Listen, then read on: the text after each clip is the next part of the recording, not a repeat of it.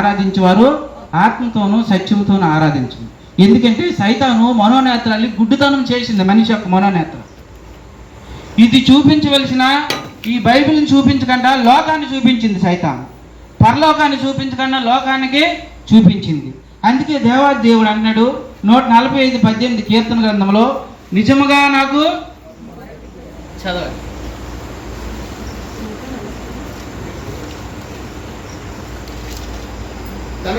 తనకు మొరపెట్టి వారందరికీ తనకు నిజముగా మొరపెట్టి వారందరికీ యెహోవా సమీపముగా ఉన్నాడు. దేవుని స్తోత్రం, హల్లెలూయా. ఆత్మ సంబంధమైన దేవుడు కాబట్టి ఆయన ఏమన్నాడు, నన్ను ఆరాధించేవాడు ఆత్మతోనూ సత్యంతో. ఆత్మతో ఆరాధిస్తున్నాం కనుక ఆత్మ కాకుండా శరీరంతో కూడా ఆరాధించేవారిని మనం అందరమే చూసాం ఈ 10 రోజులు. ఇక్కడ తీరా వచ్చేటప్పుడు కీర్తన గ్రంథంలో ఏమంటున్నాడు, తనకు నిజముగా మొరపెట్టి వారందరికీ యెహోవా సమీపముగా ఉన్నాడు. సమీపం అంటే ఎక్కడ? ఇక్కడే మన దగ్గరే ఉన్నాడు దేవుడు. ఆ గేట్ అవతల కూడా లేదు దేవుడు. ఎవరికి? ఇక్కడ ఏం రాసి ఉంది? నాకు మొరపెట్టుము నేను మీకు ఉత్తరం ఇచ్చి. ఈ యొక్క మాట ఏసన్న గారు తీశారు. అక్కడ ఉంటుంది గుంటూరులో ఏసన్న గారు ఓసన్న గారి సంఘంలో ఉంటుంది. ఆయన చెప్పారు నాకు 1994 సంవత్సరంలో ఏసన్న గారు చెప్పారు, యేసుక్రీస్తు వారి ఫోన్ నెంబర్ ఇస్తాను, నాతో దేవుడు మాట్లాడి మీరు బైబిల్లో తీయండి అన్నారు. అప్పుడు ఎక్కడ అనుకుంటే ఇర్మియా 33:3 అనుకుంటా ఆ ప్రాంతం. ఇదే దేవుని యొక్క ఫోన్ నెంబరు. ఈ ఫోన్ నెంబర్కి ఇంకొక మాట ఉంది, ఏముందంటే నాకు మొరపెట్టుము నేను ఉత్తరం ఇచ్చింది అని రాసి ఉంది ఇక్కడ. ఇప్పుడు మనం చదువుకున్న మాటలు నాకు ఎలాగ మొరపెట్టమన్నాడు దేవుడు? నిజముగా మొరపెట్టమన్నాడు. నిజముగా మొరపెట్టమని అంటే దాని అర్థం ఏంటి? అబద్ధముగా మొరపెట్టే వాళ్ళు ఉన్నారు. అది ఇక్కడ నలుపు ఉందంటే లైట్ ఆర్పిస్తే నలుపు, లైట్లు వేస్తే తెలుపు. ఇక్కడ తెలుపు ఉంది, ఈ చర్చ్ వెనకాలకి వెళ్తే నల్లగా ఉన్నది. దేవాది దేవుడు దావీదు కీర్తనలు అన్నాడు, నిజముగా మొర్రపెట్టుము అంటే అబద్ధముగా ప్రార్థన చేసేవాళ్ళు ఉన్నారు, అబద్ధముగా మొర్ర పెట్టేవారు ఉన్నారు. నిజమైన మొర్ర, నిజమైన ప్రార్థన ఎక్కడున్నదో మనం తెలుసుకొని అక్కడికి వెళ్ళిపోవాలంటే ఎంత దూరమైన. నేను విజయవాడలో వెళ్ళేటప్పుడు 2 చర్చిలకు వెళ్ళేవాడిని ఆదివారం. ఈరోజు కూడా ఈ చర్చికి వచ్చాడు, అదే నాకు సంతోషం వేసింది. ఉదయాన్నే 9 గంటలకి ఏసన్న గారి దగ్గరికి వెళ్తే 10:30కి అయిపోయింది. మరలా 11 గంటలకి గండిగొండ రాజబాబు గారు చర్చి పెట్టారు గ్రంథాలయంలో, బందర్ రోడ్లో. 11 గంటల నుంచి 1 గంట వరకు వెళ్ళి ఆ తర్వాత భోజనం చేసి 2 గంటలకి హోటల్లో డ్యూటీ చేయడానికి మనోరమ హోటల్లో వెళ్ళేవాడిని. వెళ్ళేటప్పుడు నా ఆత్మ ఎంతో సంతోషపడేది. ఎందుకంటే నిజమైన మొర్ర దేవునికి కావాలన్నాడు. నిజంగా మొరపెట్టాలని ఉద్దేశం ఉంటే ఎక్కడ ప్రార్థన అయితే అక్కడికి వెళ్ళిపోతామంట. మనం డినామినేషన్ కానీ ఏమీ చూడవు. మనకు కావాల్సింది ఏంటి? దేవుని ఆరాధన, దేవుని మొర. ప్రార్థన చేయడం వేరా, మొర పెట్టడం వేరా. మనందరం ప్రార్థన చేసి వెళ్ళిపోతాం. దేవుడు అంటున్నాడు నిజముగా మొర పెట్టమన్నాడు. నిజముగా మొర పెట్టాలంటే దాదాపుగా 1.5 పైన మనం ప్రార్థనలో కూర్చోవాలి. 3 గంటల సేపు ప్రార్థన చేస్తే కానీ మొర పెట్టడము అవదు.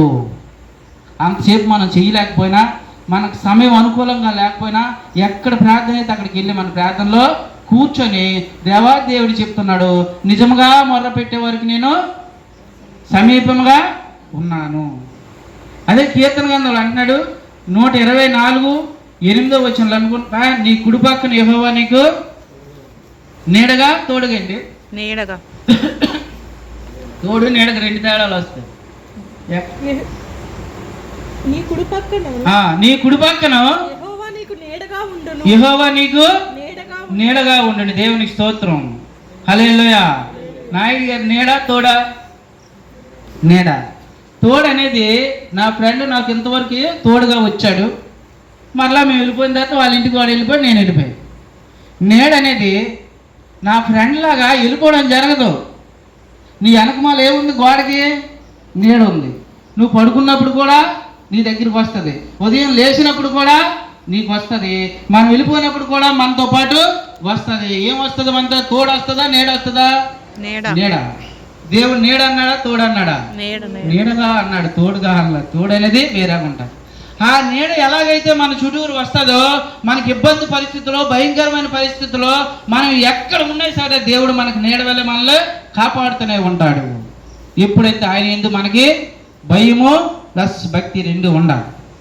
భయము భక్తి గల వారికి గ్రంథం అర్థమైంది. తోడేంటో నేడేంటో ఆత్మ ఏంటో శరీరం ఏంటో బయట వారికి ఎవరికి కూడా అర్థం అవడానికి వీలు లేదు. వాళ్ళకి అర్థం అవ్వదు. ఎందుకు అర్థమైంది అంటే మనోనేత్రాల వారికి తెరవబడలేదు. మనోనేత్రాలు తెరవబడిన వారే ఇక్కడికి రాగలరు, అందరికీ రాలేదు.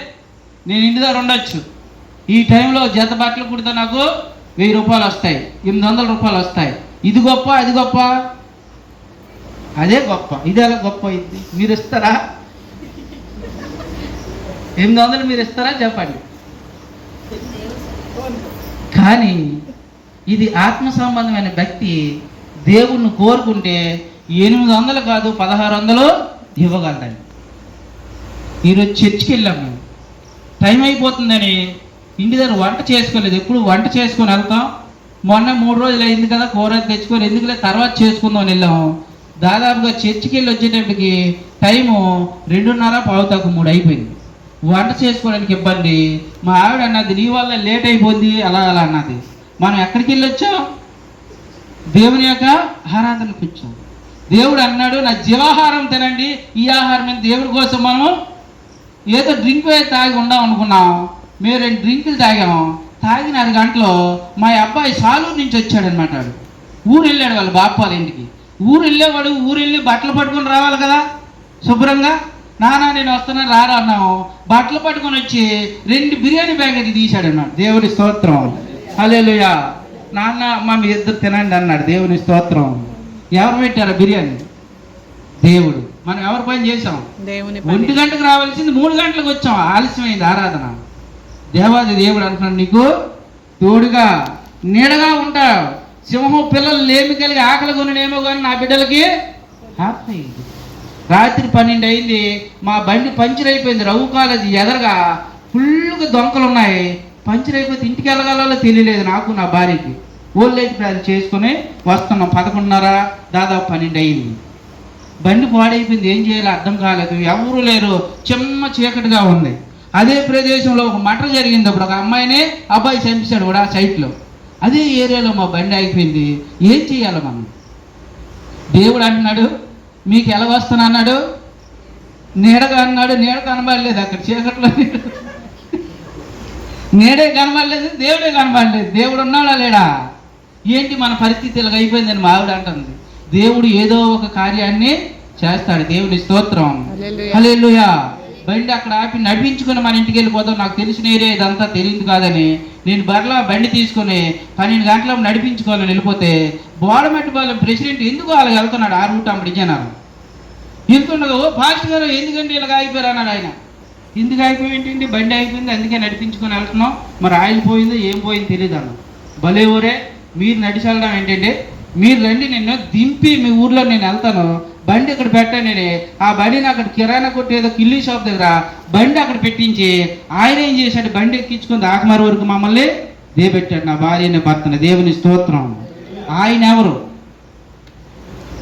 ఆయన ఒక మనిషి, మన క్రైస్తవుడు కాదు ఆయన. ఆయనకి మనల్ని చూడగానే ఏమొచ్చింది? భయం వచ్చింది. ఇక్కడ దేవుని బిడ్డలు ఉన్నారని అనుకున్నాడేమో. ఆయన నాకు ప్రకాష్ గారి ద్వారా ఒక దగ్గర కలిశాడనమాట, ల్యాండ్ సెటిల్మెంట్లు ఎక్కడో. ఓ పాస్ట్ గారు వద్దురా బాబు అంటే, అచ్చొచ్చి నేను మీ ఊరు దేబెడతాను, సత్తరగా దేబెడతాను అన్నాడు. మా ఇంటి దగ్గర దేబెట్టి మళ్ళీ అందరూ నన్ను చూస్తానని రాత్రి 12 గంటలకి వచ్చాడు. నువ్వు నమ్ముకున్న దేవుడు నిన్ను తలగా ఉంచుతాను కానీ తోగ్గా అన్నాడు ఉంచనన్నాడు.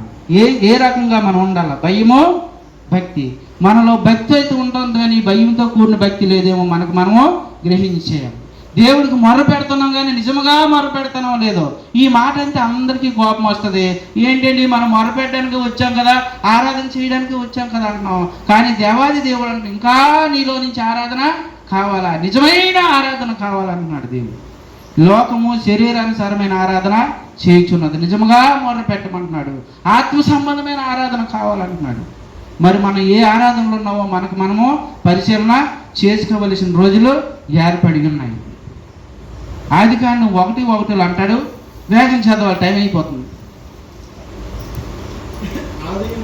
ఆదియందు దేవుడు భూమి ఆకాశం సృజించెను. భూమి నిరాకారముగాను శూన్యముగాను ఉండెను.